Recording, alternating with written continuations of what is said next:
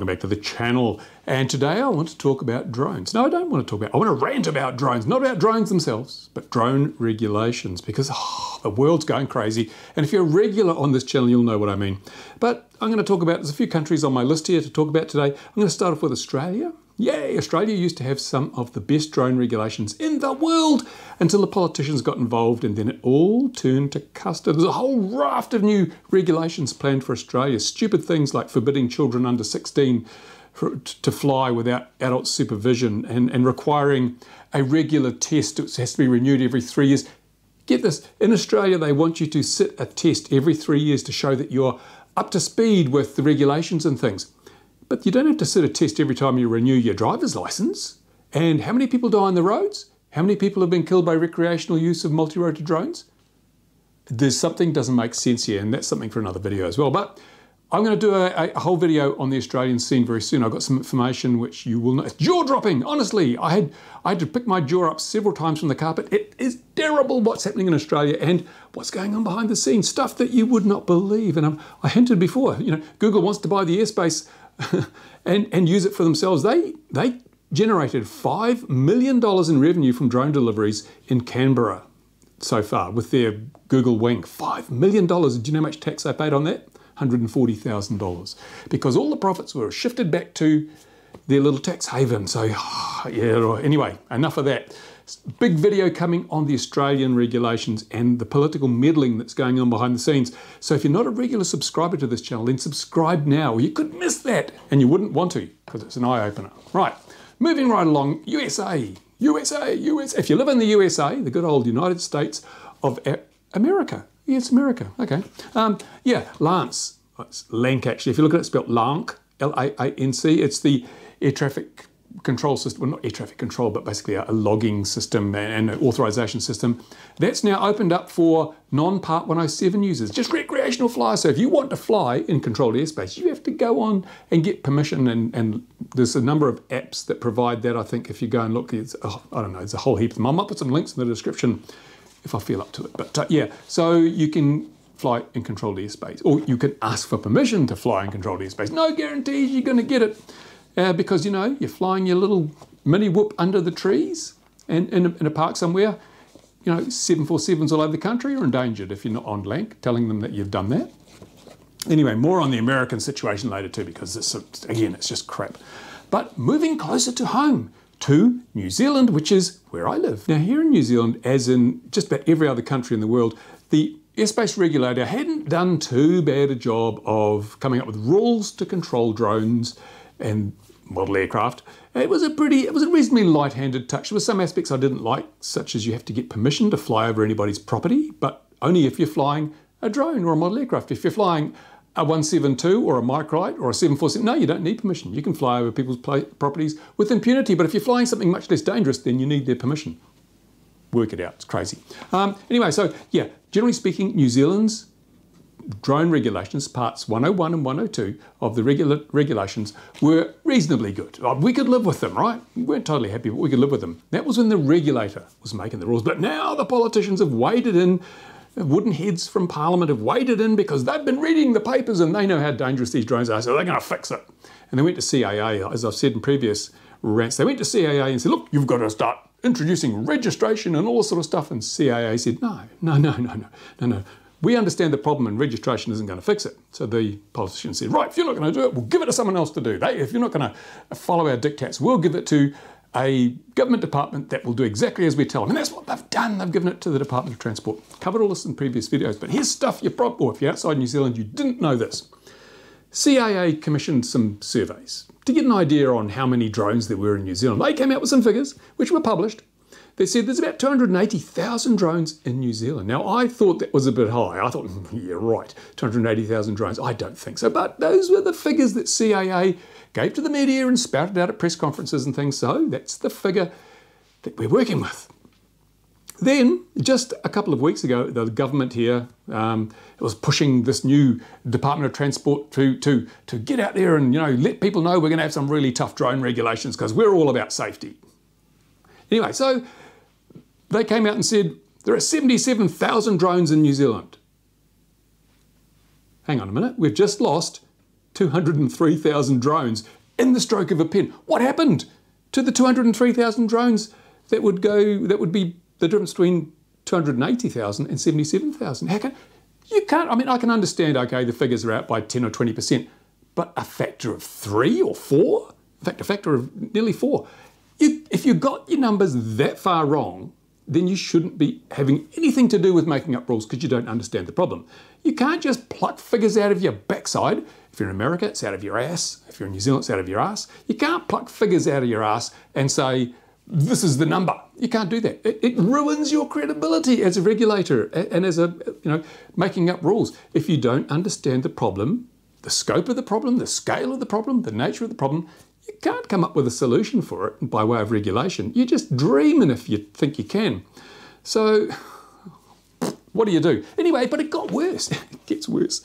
Now, I'm just working from memory here. The New Zealand government also spouted their claim that the drone industry was going to be real big money for New Zealand. It was going to contribute, I think, something like, was it $4.9 million US, which is about $7 million to $8 million New Zealand, to the local economy. $1 billion, $1 billion, right? So about 5.4 billion US dollars drones were going to contribute to the local economy. Ooh, it's big, so we've got to regulate it. Got to regulate it before it just blows out of control. Yet, strangely enough, I read a report from Bloomberg, a reasonably credible source for financial information, which said that the global drone market's going to be worth about 15 billion. So New Zealand government honestly believes, or it's trying to tell us it honestly believes, that New Zealand's drone economy is going to be worth 1/3 of the entire world's drone economy. Seriously? Again, plucking figures out of their arse. They have no idea what this is worth. And again, it's been grossly overestimated. Drones, they're not going to be, seriously, okay, they're going to play a part in the future, but they're not going to be as big as so many people believe. I've been in the industry for a long time, and I've watched all these massive predictions of huge numbers. People just get big numbers from the lottery and just pin zeros on the back and say, this is what the drone industry will be worth in a decade's time. That's all rubbish, no one knows. Drone deliveries, remember that? Drone deliveries were going to be, by now, we should have had Pizza Hut and Domino's and everyone else, drones zipping all over the sky, dropping pizzas at our feet. Not happening, it's not happening. Okay, in Australia, Google has done $5 million worth of drone deliveries, but it's all still trial, it's all still up in the air. Get that? It's not real, it's, I can't order a pizza and have it delivered by drone here. And it's not going to happen for a long, long, long, long time because we're just not ready for it. And the infrastructure isn't there to support it. We've got drones, but we don't have any way of managing the airspace they fly in, and we don't have the right regulations. It's all too restrictive. So yeah, it's all crap. So we have a government in New Zealand that has decided that CAA, the official regulator of the airspace, doesn't know what they're doing. So they're going to wade in. These are people that previously might have been bricklayers or teachers or whatever. They're wading in and saying, well, we know the answer. How many drones? I don't know. Think of a number. 77,000 drones. And it's going to be worth, I don't know, think of a number. $5 billion US.